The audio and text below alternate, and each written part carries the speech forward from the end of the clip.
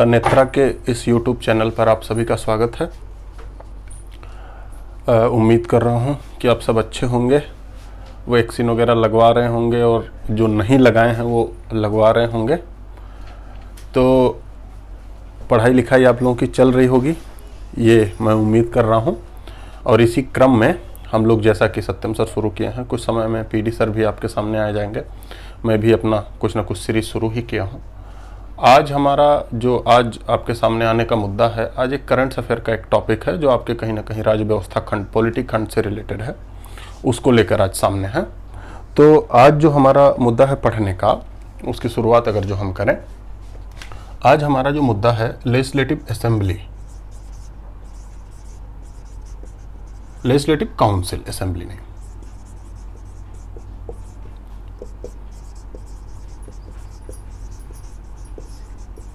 विधान परिषद, ये चुना क्यों गया?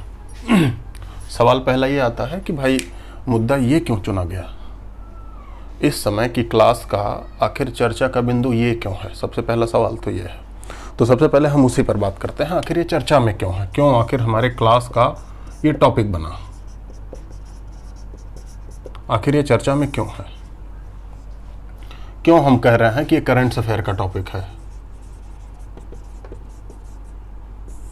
समसामयिक विषय का टॉपिक है, करंट अफेयर का टॉपिक है, क्यों कहा जा रहा है? तो इसीलिए विधान परिषद का जो हमारा केंद्र बिंदु है, हमारा सेंट्रल जो हमारा पढ़ने का टॉपिक है विधान परिषद है, तो ये चर्चा में क्यों है? सबसे पहली बात तो यही होगी। तो चर्चा में रहने का सबसे पहला कारण, कल परसों में चर्चा में रहने का कारण, कुछ 2-3 दिन पहले चर्चा में रहने का कारण ध्यान से समझिए।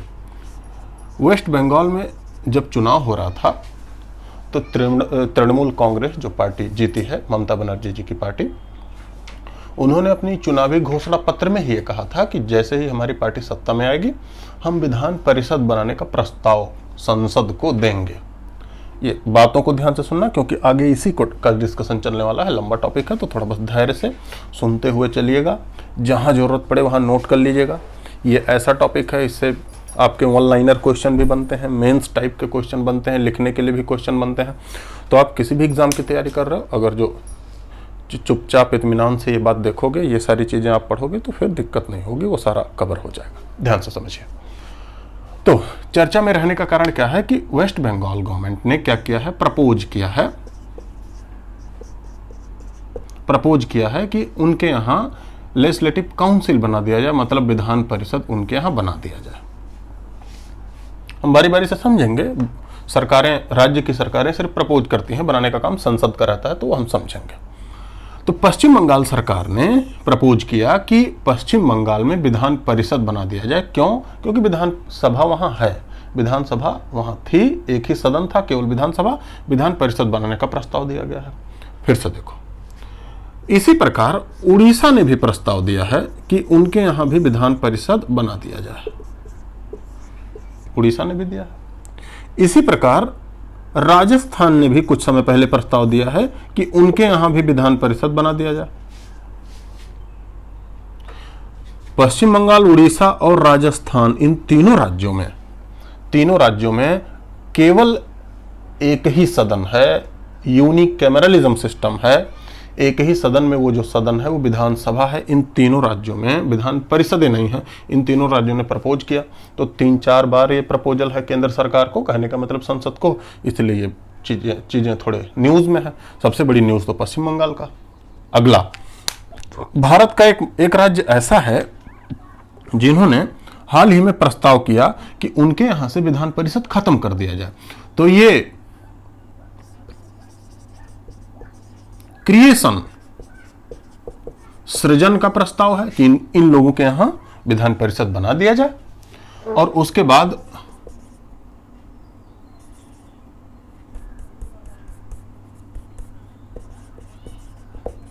एबोलिशन का कहने का मतलब विघटन कर सकते हो या खत्म करना कर सकते हो। एबोलिशन का प्रस्ताव कहां कहां है? आंध्र प्रदेश सरकार ने क्या कहा कि उनके यहां से जो विधान परिषद है वो खत्म कर दिया जाए, उनके यहां से विधान परिषद खत्म कर दिया जाए। ध्यान से समझना, ध्यान से समझिएगा। आंध्र प्रदेश से विधान परिषद खत्म कर दिया जाए, एक राज्य हमारे यहाँ था जम्मू कश्मीर, जिसमें विधान परिषद थी। क्योंकि जम्मू कश्मीर जब दो भागों में बटा, इसका एक राज्य हो गया जम्मू कश्मीर, एक राज्य दूसरा हो गया लद्दाख, तो यहां विधान परिषद जो थी वो ऑटोमेटिक खत्म हो गई। तो दो राज्यों में प्रस्ताव, अभी ये देखो ये तो खत्म हो गई और ये प्रपोज है,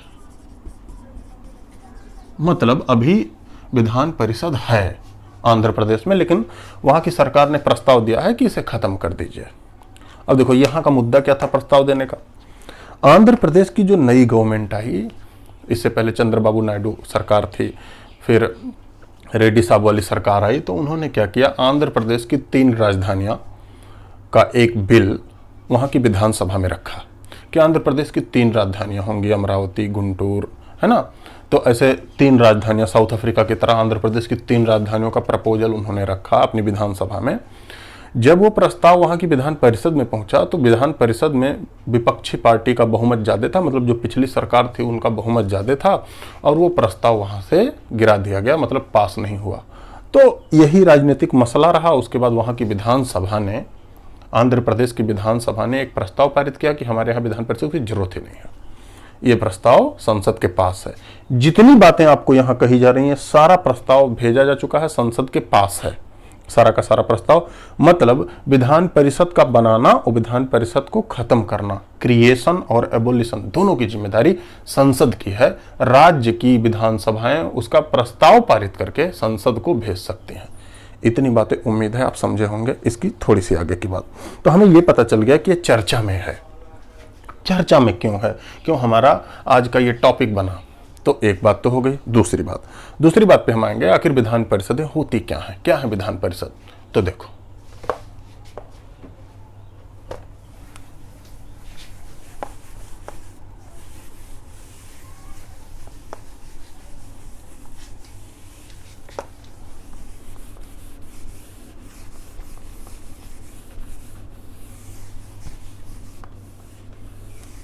तो दूसरा मुद्दा हमारा जो है, आखिर विधान परिषद है क्या। विधान परिषद, देखो भारत में, इंडिया में इस समय कुल 28 राज्य हैं और 28 राज्य 6 यूटीज हैं। यूटीज का मतलब 28 स्टेट हैं, 6 यूटीज हैं। यूटी का मतलब यूनियन टेरिटरीज, ठीक है। तो देखो 28 राज्य और 6 यूनियन टेरिटरीज में, इसमें अगर जो मैं बात करूं 28 राज्यों की, 6 यूटीज की, इन 6 यूटीज में विथ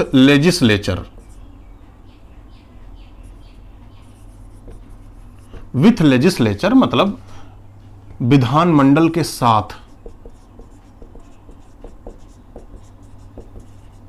विधानमंडल के साथ जो यूटीज हैं, वो हैं जम्मू कश्मीर, दिल्ली और पुदुचेरी। जम्मू कश्मीर, दिल्ली और पुदुचेरी, क्लियर। 6 यूटीज नहीं बेटा, 8 यूटीज हैं। देखो मैं भी मिस कर रहा हूं, माफ करना। तो 8 यूटीज में जम्मू कश्मीर, दिल्ली और पुदुचेरी जो हैं, ये यूटीज जो हैं, इनमें विधानसभाएं हैं। इनके कहने का मतलब क्या है, इनमें विधानसभाएं हैं। तो जम्मू कश्मीर, दिल्ली और पुदुचेरी में 3 में विधानसभाएं हैं। बाकी जो 5 हैं विदाउट लेजिस्लेचर, मतलब बिना विधानसभा के हैं। बिना विधानसभा वाली जो यूटीज हैं, जैसे आप अगर जो नॉर्थ से शुरू करोगे तो एक तो पड़ेगा चंडीगढ़, फिर एक पड़ेगा दादरा एंड नागर हवेली, दमन दीव, ये दोनों एक कर दिया गया है तो दोनों एक हो गया। फिर आपका पड़ेगा दादरा नागर हवेली दमन दीव लद्दाख, फिर आपका पड़ेगा लक्षद्वीप, फिर आपका एक है अंडमान एंड निकोबार। तो ये बात हो गई, ठीक है। तो 8 यूटीज में 3 यूटीज ऐसे हैं, जम्मू कश्मीर, दिल्ली, पुदुचेरी, ये विथ लेजिस्लेचर है, मतलब इन यूटीज के साथ विधानसभाएं भी हैं, यहां विधानसभाएं भी हैं, निर्वाचन भी होता है। और 5 यूटीज जो हैं वो बिना विधानसभा के है, वहाँ विधानसभाएं है ही नहीं। वहाँ का प्रशासन चलाने के लिए राष्ट्रपति एक एडमिनिस्ट्रेटर नियुक्त करता है, एक प्रशासक नियुक्त करता है। वो प्रशासक डायरेक्ट सेंट्रल गवर्नमेंट का है, राष्ट्रपति से गवर्न होता है। वो उसी हिसाब से इन 5 यूटीज का कार्यभार करता है। इस पर आ जाओ 28 राज्यों पर। इन 28 राज्यों में आपसे बताया जाए, पहले का मतलब ये 2019 या 2020 के पहले कहो, या 2019 के पहले, या पहले की बात करें अब 28 में से अब 6 राज्य में और पहले 7 राज्य में। अब 6 राज्य में और पहले 7 राज्य में क्या था, विधान परिषद थी और इसके साथ साथ विधानसभा भी थी। अगर जो एक भाषा में बोला जाए तो पहले 7 राज्य में और इस समय वर्तमान में 6 राज्यों में जो प्रचलन था वो था बाई कैमरलिज्म। बाई कैमरलिज्म का मतलब द्विसदनात्मक व्यवस्था। बाई कैमरलिज्म का मतलब आपने क्या समझा, द्विसदनात्मक व्यवस्था। मतलब 28 में से 2019 में मतलब आज से पहले, जब मैं क्लास ले रहा हूं आपका तब से पहले ही 2019 में 7 राज्यों में विधान परिषद थी, मतलब 2 सदन थे, विधान परिषद भी थी, विधानसभा भी थी, 2 सदन थे। और अब 6 राज्यों में 2 सदन हैं। 2 सदन का मतलब वहां विधान परिषद भी है, विधानसभाएं भी हैं। तो ये 7 राज्य हैं कौन से, पहले कौन से थे? सबसे पहला था जम्मू कश्मीर था, मैं कह रहा हूं। दूसरा फिर आपका उत्तर प्रदेश आ जाएगा, तीसरा फिर आ जाएगा बिहार, चौथा फिर आ जाएगा महाराष्ट्र, 5वां फिर आ जाएगा कर्नाटक, 6ठा और 7वां ये तेलंगाना और आंध्र प्रदेश। ये 7 राज्य थे। आपको अभी मैं बताया कि यहां विधानसभा सिर्फ है, और ये जम्मू कश्मीर और यहां ये लद्दाख और ये जम्मू कश्मीर अब राज्य रहा नहीं। अब देखो, अब तो ये यूटी की श्रेणी में आ गया है। मतलब ये तो पहले की बात हो रही है। अब ये जम्मू कश्मीर है ही नहीं। जम्मू कश्मीर में अब विधान परिषद है ही नहीं, मतलब वहां बाई कैमरलिज्म है ही नहीं, क्योंकि वो तो यूटी बन गया है, संघ राज्य क्षेत्र बन गया है, केंद्र शासित प्रदेश बन गया है। तो बाकी ये जो 6 राज्य हैं, उत्तर प्रदेश, बिहार, महाराष्ट्र, कर्नाटक, तेलंगाना और आंध्र प्रदेश, इन्हीं 6 राज्यों में इस समय 2 सदन हैं। 2 सदनों में कौन कौन सा, नीचे की तरफ है विधानसभा और फिर इससे ऊपर क्या है, विधान परिषद। तो इसमें 2 सदन हैं। 6 राज्य हट गए। अब अगला देखो, इसी 28 में से बाकी जो 22 राज्य हैं, इन 22 राज्यों में बाई कैमरलिज्म है, माफ करना, यूनी कैमरलिज्म, एक सदनीय व्यवस्था।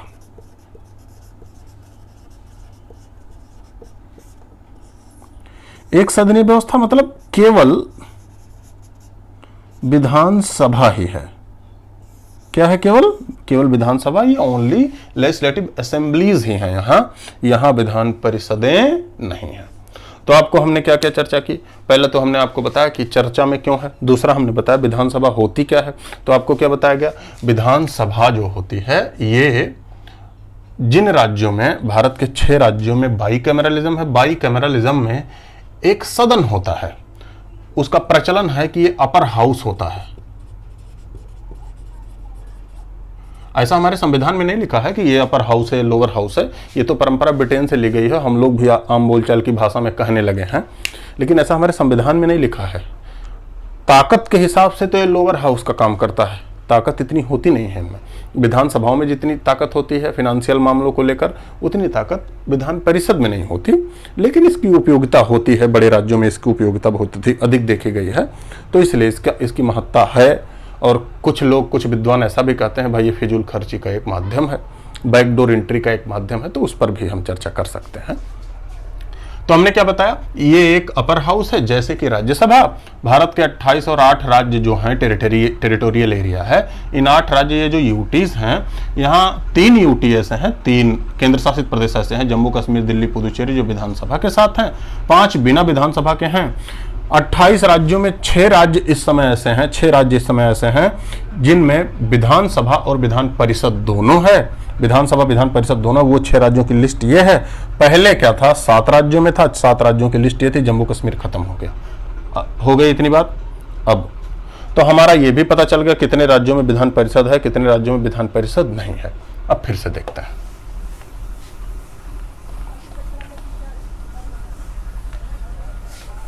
विधान परिषद की बात अगर जो हम करें, विधान परिषद की बात करें थोड़ी सी,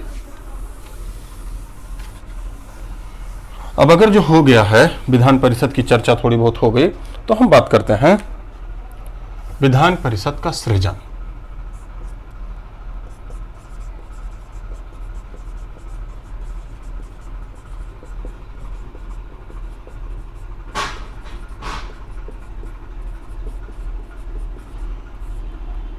उत्साद बोला जाता है, या इसे विघटन कह सकते हैं, या समापन कह सकते हैं, है ना, जो भी हिंदी शब्द यूज करो। तो विधान परिषद का सृजन और इसे खत्म करना अच्छा शब्द नहीं होगा, उत्सादन बोला जाता है, या विघटन कर सकते हो। विघटन तो सही शब्द नहीं होगा, लेकिन कर सकते हो। तो ऐसे कर सकते हो, creation and abolition of legislative council. तो क्रिएशन का मतलब सृजन, और एबोलिशन किसका, लेजिस्लेटिव काउंसिल का। क्रिएशन और एबोलिशन किसका, लेजिस्लेटिव काउंसिल का। तो देखो, इसका जिक्र जो है हमारे संविधान के अनुच्छेद 169 में दिया गया है। अनुच्छेद 169 में साफ साफ इसके बारे में बात कही गई है, और इस तरीके से बात कही गई है।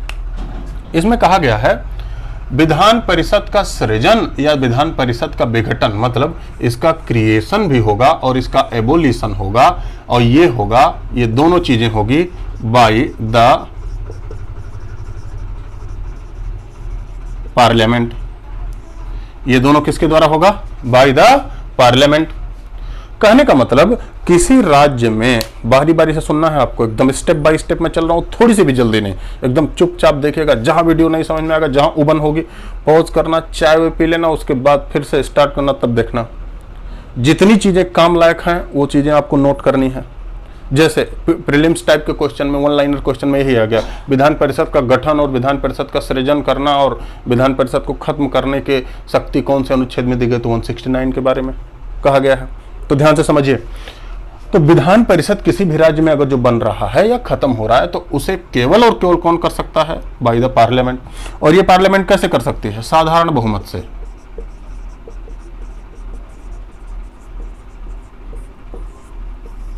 इसके लिए बहुत ज्यादा बहुमत की जरूरत नहीं होगी, साधारण बहुमत से एकदम जितने लोग वहां उपस्थित हों, जितने लोग वोट कर रहे हों, जितने लोग उपस्थित हों या जितने लोग वोट कर रहे हो, दोनों में से कोई भी, उसका आधे से अधिक 51% लोग, मतलब 100 लोग हों अगर जो वोट कर रहे हों, तो 51 लोग चाह लें तो काम बन जाएगा, कोई दिक्कत नहीं। लेकिन संसद ये काम कब करेगी, इसमें इस अनुच्छेद में एक बात और कहा गया है, विधान परिषद को बनाना या विधान परिषद को खत्म करना संसद के द्वारा होगा, लेकिन एक उसके पास प्रस्ताव आएगा,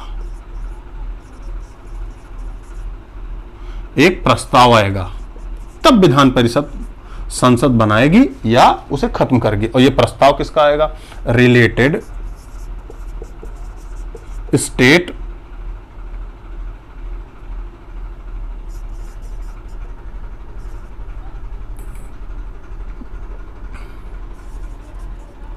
लेजिस्लेटिव असेंबली। प्रस्ताव कहां से आएगा, संबंधित राज्य विधान सभा से। मतलब जिस भी राज्य में विधान परिषद बनाना हो या विधान परिषद खत्म करना हो, वो काम संसद करेगी साधारण बहुमत से, लेकिन वो प्रस्ताव भेजेगी संबंधित राज्य की विधान सभा। जैसे अब उदाहरण के लिए उदाहरण के लिए अगर जो पश्चिम बंगाल में विधान परिषद बनाना है तो वहां की संबंधित राज्य की विधानसभा मतलब पश्चिम बंगाल की विधानसभा 2/3 मत से प्रस्ताव पारित करेगी और ये प्रस्ताव पारित करके वो भेज देगी किसे? पार्लियामेंट को भेज देगी। बहुमत से प्रस्ताव पारित करेगी, बहुमत है, 2/3 नहीं है, तो बहुमत से प्रस्ताव पारित करेगी, साधारण बहुमत नहीं होगा, बहुमत से प्रस्ताव पारित करेगी और ये बहुमत से प्रस्ताव पारित करने के बाद ये भेज देगी पार्लियामेंट को। अब जैसा भी प्रस्ताव संबंधित राज्य की विधानसभा भेजेगी, चाहे क्रिएशन का जैसा कि पश्चिम बंगाल ने भेजा, चाहे एबोलिशन का जैसा कि आंध्र प्रदेश ने अभी आपको कुछ देर पहले बताया भेजा गया, वो प्रस्ताव पारित करेगी और उसके बाद ये प्रस्ताव संसद के पास जाएगा और उसके बाद संसद विधान परिषद का गठन कर सकती है। यहां तक मेरे हिसाब से कोई दिक्कत नहीं है। ये बहुमत का मतलब, ये बहुमत और साधारण बहुमत ये सब मैं बताऊंगा एक चक्कर, इस पर भी एक क्लास ले लूंगा, छोटी सा वीडियो इस पर डाल दिया जाएगा बना के कि अगर जो बहुमत कहा जाए तो क्या होता है, साधारण बहुमत कहा जाए क्या होता है। इसमें थोड़ा थोड़ा अंतर होता है, एक एक अक्षर का, या कहीं कहीं होता है और होता है, कहीं कहीं एंड हो जाता है, तो उसमें मत थोड़े अधिक हो जाते हैं। जैसे मान लिया बोल दिया जाए उपस्थित और मत देने वाले का बहुमत, तो जितने लोग प्रेजेंट होंगे उनका बहुमत चाहिए। बोल दिया जाए उपस्थित या मत देने वाले का बहुमत, तो जितने लोग उपस्थित हों फिर बाइकआउट कर गए तो भी दिक्कत नहीं है, जितने लोग वोटिंग किए उसका ही बहुमत चलेगा। तो इसका चक्कर में एक दिन समझा दूंगा, इसमें बता भी दूंगा किसके लिए क्या क्या चीजों की जरूरत होगी, ये कभी चर्चा कर लेंगे। चलो, तो आपको क्या बताया गया? विधान परिषद का सृजन करना, विधान परिषद को खत्म करना, विघटन करना, वो है अनुच्छेद 169 में, और ये संसद के द्वारा होता है, साधारण बहुमत से संसद करती है, लेकिन प्रस्ताव आना चाहिए संबंधित राज्य की विधानसभा से और वो प्रस्ताव बहुमत से आना चाहिए, मतलब जितने लोग उपस्थित हों और जितने लोग वोटिंग कर रहे हो दोनों का बहुमत चाहिए। ठीक है, इतनी बातें मैं समझा पाया, कोई दिक्कत नहीं। फिर से आगे बढ़ो।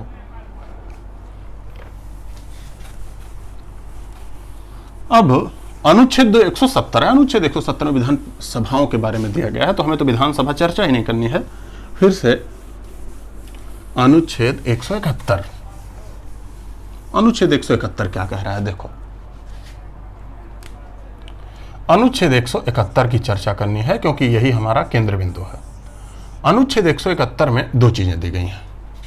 इसमें पहला तो दिया गया है कंपोजिशन,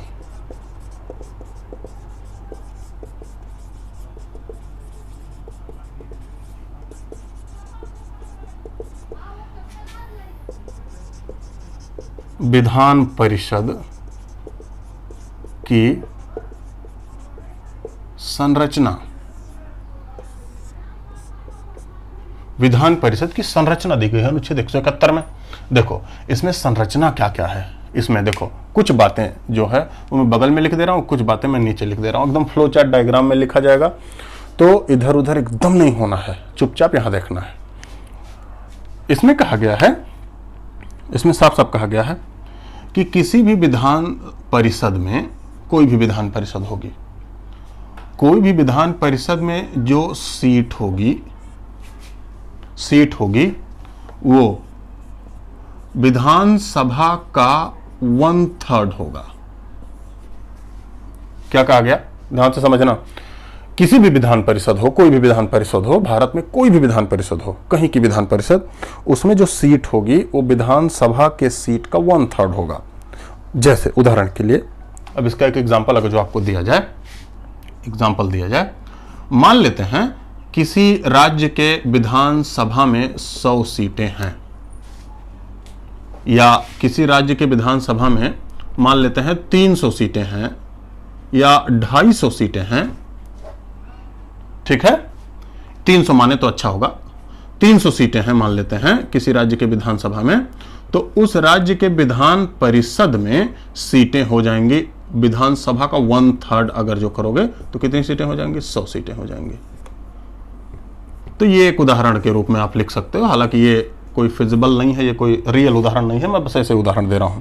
जैसे एक उदाहरण मैं बताऊं, उड़ीसा के विधानसभा की जो सीट है वो जहां तक मुझे याद है 249 के आसपास है, 249 है ना, तो 249 के आसपास है।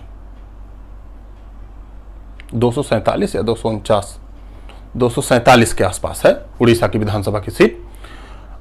उसके जो विधान परिषद की सीट के लिए जो प्रस्ताव गया है वो 49 सीटों का गया है। तो 249 और फिर उसका 1/3 अगर जो उन्होंने किया तो वही आया हाँ ऐसे ही कुछ है। देखो आंकड़ा मुझे थोड़ा गड़बड़ लग रहा है, एक बार आप चेक कर लो, है ना, इसे एक बार चेक कर लीजिएगा। चलो देखो, तो विधान परिषद की सीट कितनी होगी, विधानसभा का 1/3 होगा। एग्जाम्पल के लिए मैंने ये उदाहरण देख लिया फिर से। तो ये पहली बात अनुच्छेद 171 में कही गई। दूसरी बात क्या कही गई, दूसरी बात कही गई किसी भी राज्य में विधान परिषद होगी तो उसमें मिनिमम सीट 40 होगी। अब देखो ये क्या कहा गया, मिनिमम सीट 40 होगी। इसका मतलब विधान परिषद में दो क्राइटेरिया किया गया कि मिनिमम 40 सीट होगी और फिर क्या कहा गया, विधानसभा का 1/3 होगा। इसका मतलब क्या हुआ, इसका मतलब अब इसका समरी दोनों का समझा जाए। इसका सीधा सीधा मतलब यह है, अगर जो विधान परिषद में मिनिमम 40 सीट होगी, इसका मतलब क्या हुआ कि ऐसे ही राज्य विधान परिषद के लिए प्रस्ताव संसद के पास भेज सकते हैं जिन राज्यों की विधानसभा में मिनिमम सीटें 120 के पार हों, 120 के पार हों। जैसे कि अभी आपसे कुछ देर पहले देखो मैंने बताया उड़ीसा का 247 147 सीटें जो उड़ीसा की विधानसभा में हैं, तो उन्होंने प्रस्ताव भेजा कि हमारे यहाँ 49 सीटों की विधान परिषद का गठन कर दीजिए, संसद के पास प्रस्ताव भेजा।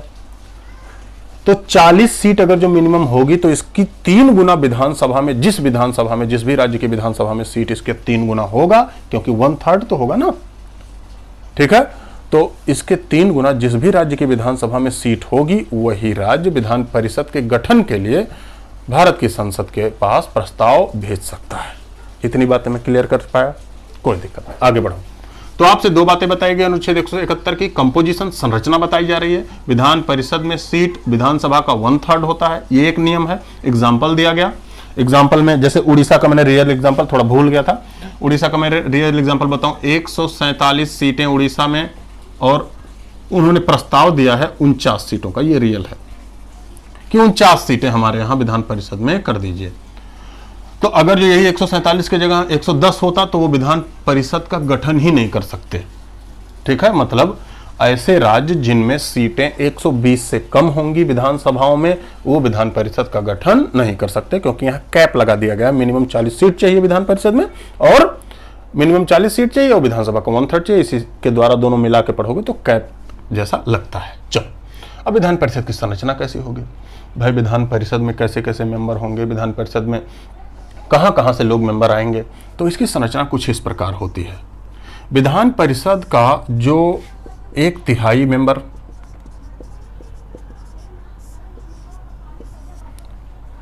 सदस्य, विधान परिषद के जो 1/3 फिर दूसरे सदस्य, 1/3 सदस्य ये हो गए। फिर से इसे बांट दिया जाता है, 1/6 सदस्य इधर से हो गए, फिर ऐसे ही 1/6 सदस्य इधर से हो गए, एक और बचता है 1/6 बचेगा, 1/6 संख्या फिर बचेगी।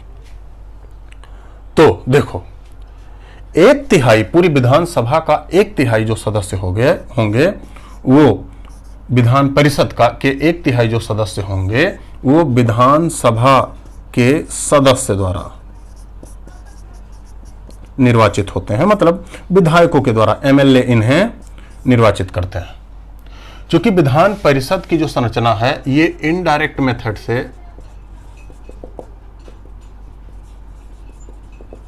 इनडायरेक्ट इलेक्शन से इनका चुनाव होता है, जनता डायरेक्ट नहीं चुनती। तो इनडायरेक्ट इलेक्शन से करने में 1/3 जो सदस्य होंगे विधानसभा के सदस्य द्वारा चुने जाएंगे, मतलब विधायकों के द्वारा, एमएलए के द्वारा 1/3 सदस्य चुन लिए जाते हैं। अगला 1/3 मेंबर जो इलेक्ट होंगे उनका जो इलेक्शन होगा वो होगा लोकल बॉडीज से, स्थानीय निकायों से, स्थानीय निकायों से होगा। स्थानीय निकाय का मतलब जैसे जिला बोर्ड, पंचायतों के जो नगर निगमों में जो होते हैं, जिला बोर्ड में या डिस्ट्रिक्ट काउंसिल के लेवल का होता है, ठीक है, ये जो लोकल बॉडीज होती हैं, नगर निगम वगैरह, इन सबों से लोग उन्हें चुनेंगे 1/3 मेंबर को। फिर से देखो 1/6 1/6 को चुनते हैं टीचर, अध्यापक। अब ये अध्यापक कौन होते हैं? माध्यमिक शिक्षा परिषद, माध्यमिक शिक्षा परिषद से ऊपर के जो अध्यापक होते हैं। माध्यमिक शिक्षा परिषद का मतलब क्या? ऐसे अध्यापक जिनकी पढ़ाई या जो पढ़ा रहे हों 10th से ऊपर, ऐसे अध्यापक जो 10th क्लास से ऊपर की कक्षाओं में पढ़ा रहे हों और उनको पढ़ाते पढ़ाते 3 साल हो गए हों।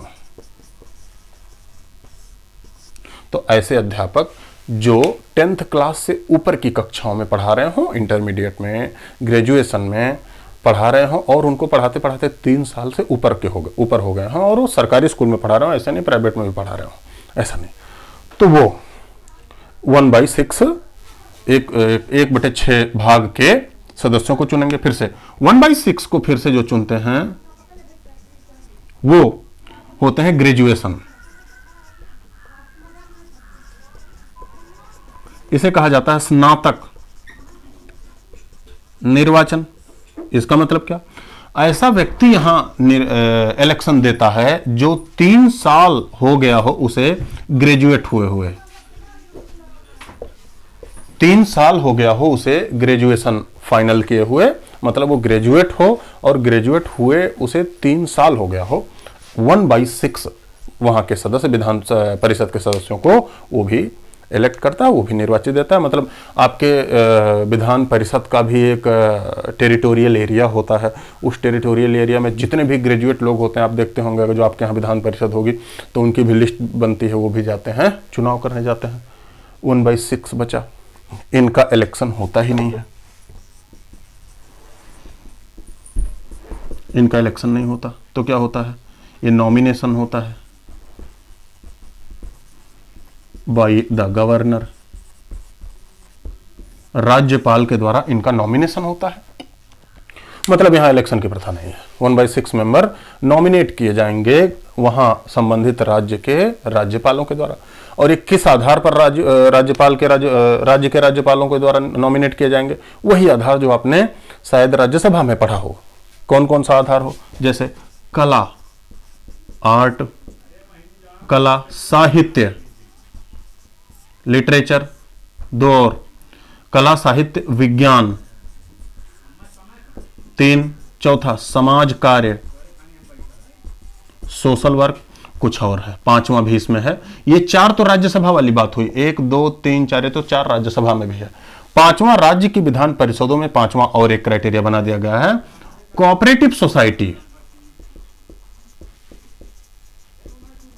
कोऑपरेटिव सोसाइटी मूवमेंट से जुड़े लोग जो हों, जैसे महिलाओं की कोई संगठन बन गया, कोई सेल्फ हेल्प ग्रुप बना दिया गया, ऐसी कोई कोऑपरेटिव सोसाइटीज जो होती हैं जहां आप क्रय केंद्र वगैरह होते हैं, धान गेहूं बीज वगैरह खरीदते हैं, वो भी एक कोऑपरेटिव सोसाइटी का अंग होता है। जहां आप खाद वगैरह खाद बीज लेने जाते हो, गेहूं बेचने जाते हो, धान बेचने जाते हो, तो आप ऐसा भी कर सकते हो कि उन कोऑपरेटिव सोसाइटी मूवमेंट से जुड़े लोग हों, उन्हें भी गवर्नर क्या करता है, उन्हें भी गवर्नर नॉमिनेट कर सकता है। इतनी बातें क्लियर हुई, कोई दिक्कत नहीं। एक बार फिर से रिवाइज करते हैं। देखो ध्यान से, आपके अनुच्छेद 171 में दिया गया है composition of legislative council, Vidhan Parishad की संरचना। इसमें कहा गया है विधान परिषद की सीट विधानसभा का 1/3 होगा, और दूसरा कहा गया विधान परिषद में मिनिमम 40 सीटें होंगी। इसका मतलब वही राज्य विधान परिषद के लिए प्रस्ताव दे सकता है जिनमें मिनिमम 120 सीट वहां की विधानसभा में हो।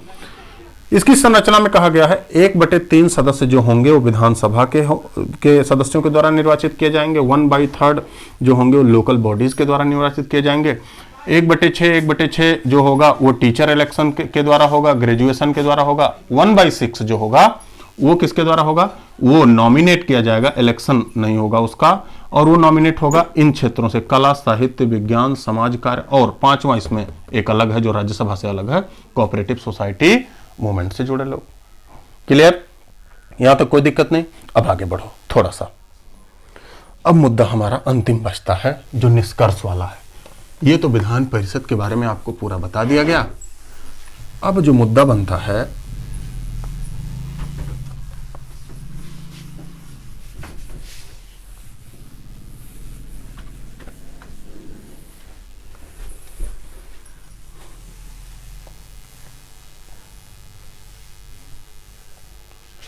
कि भाई विधान परिषद के पक्ष में क्या तर्क है, ये होना चाहिए, विपक्ष में क्या तर्क है, क्यों ये नहीं होना चाहिए। दो चार तर्क आप पक्ष में सुन लें और आपके भरोसे छोड़ रहा हूं कि आपको इसमें आपको कमेंट करके बताना है कि इसके पक्ष में क्या तर्क है, विपक्ष में क्या तर्क है। पक्ष में तर्क जैसे कभी कभार क्या होता है, अचानक कुछ ऐसी वेव आती है, कुछ ऐसी तरंगे आते हैं जिससे कोई खास पार्टी का बहुमत अचानक हो जाता है। वो पार्टी कभी कभी निरंकुश ना हो जाए, कोई ऐसा विधान ना पारित कर दे, कोई ऐसा नियम कानून ना पारित कर दे जल्दीबाजी में कि किसी खास वर्ग को फायदा पहुंचाए। वो नियम कानून कहीं अल्पसंख्यकों का हित ना गड़बड़ हो जाए या कुछ वर्गों का अहित ना हो जाए किसी खास वर्गों के हित के चक्कर में। तो ऐसा जल्दीबाजी वाला विधान जो बनाना, जल्दीबाजी का लेजिस्लेचर बना दिया, जल्दीबाजी का नियम बनाने के लिए ये एक ब्रेक का काम करती है, एक रोकती है। पहली बात तो हो गया। दूसरा, जब नियम कानून बनने की प्रक्रिया कई स्तर से गुजरती है तो उसमें गलतियों की संभावना बड़ी कम हो जाती है। इसलिए भी विधान परिषद का महत्व है। तीसरा, बड़े राज्यों में विधान परिषद का प्रस्ताव या बड़े राज्यों में विधान परिषद के प्रस्ताव को राज्यों के लिए छूट इसलिए भी दी गई है कि कभी कभार हमारे देश में जनसंख्या इतनी अधिक है, कई तरीके से उन वर्गों का प्रतिनिधित्व कहीं ना कहीं वहाँ की राज्यों की विधान मंडल में, वो चाहे विधानसभा हो या विधान परिषद हो, उन जगहों पर पहुंचे जो लोग वास्तव में अपनी बात कहना चाहते हो। जैसे आप विधान परिषद में देखेंगे ग्रेजुएट लोग भी वहाँ चुन रहे हैं, लोकल बॉडीज के लोग भी वहाँ चुन रहे हैं, तो वो लोग भी अपनी बातें वहाँ राजधानियों में जाके अपनी बातें विधान परिषद हो या विधानसभा हो वहाँ कह सकें, जिससे उनके बातों का निराकरण हो सके। ये बात हो सकती है, भी बात हो सकती है। ठीक है। विपक्ष में तर्क, विपक्ष में बड़े सारे तर्क हैं। कुछ लोग कहते हैं बैकडोर एंट्री का एक माध्यम है। जैसे आपने ये सुना होगा, ममता बनर्जी पश्चिम बंगाल की जो मुख्यमंत्री हैं, वो जिस विधानसभा क्षेत्र से चुनाव लड़ी थी उस विधानसभा क्षेत्र से वो हार चुकी हैं, फिर भी वो सीएम हैं। नियम से ये होता है हमारे यहाँ, चूंकि हमारे यहाँ संसदीय परंपरा है, हमारे यहाँ नियम ये है कि कोई भी व्यक्ति विधानसभा या विधान परिषद का मेंबर रहेगा तभी वो मुख्यमंत्री बन सकता है। कोई भी व्यक्ति लोकसभा या राज्यसभा का मेंबर रहेगा तभी वो प्रधानमंत्री या मंत्री बना रह सकता है। मतलब हमारे यहाँ मुख्यमंत्री या प्रधानमंत्री बने रहने के लिए संबंधित विधानमंडल के सदस्य होना पड़ता है। आप अगर जो केंद्र में मंत्री या प्रधानमंत्री हो तो आपको संसद में से किसी का सदस्य होना पड़ेगा, क्योंकि हमारे यहाँ संसदीय प्रणाली है। मतलब हम अपने नॉन परमानेंट एग्जीक्यूटिव में तब रह सकते हैं, मंत्री या प्रधानमंत्री जो भी बन के तब रह सकते हैं जब हम संसद के सदस्य हों।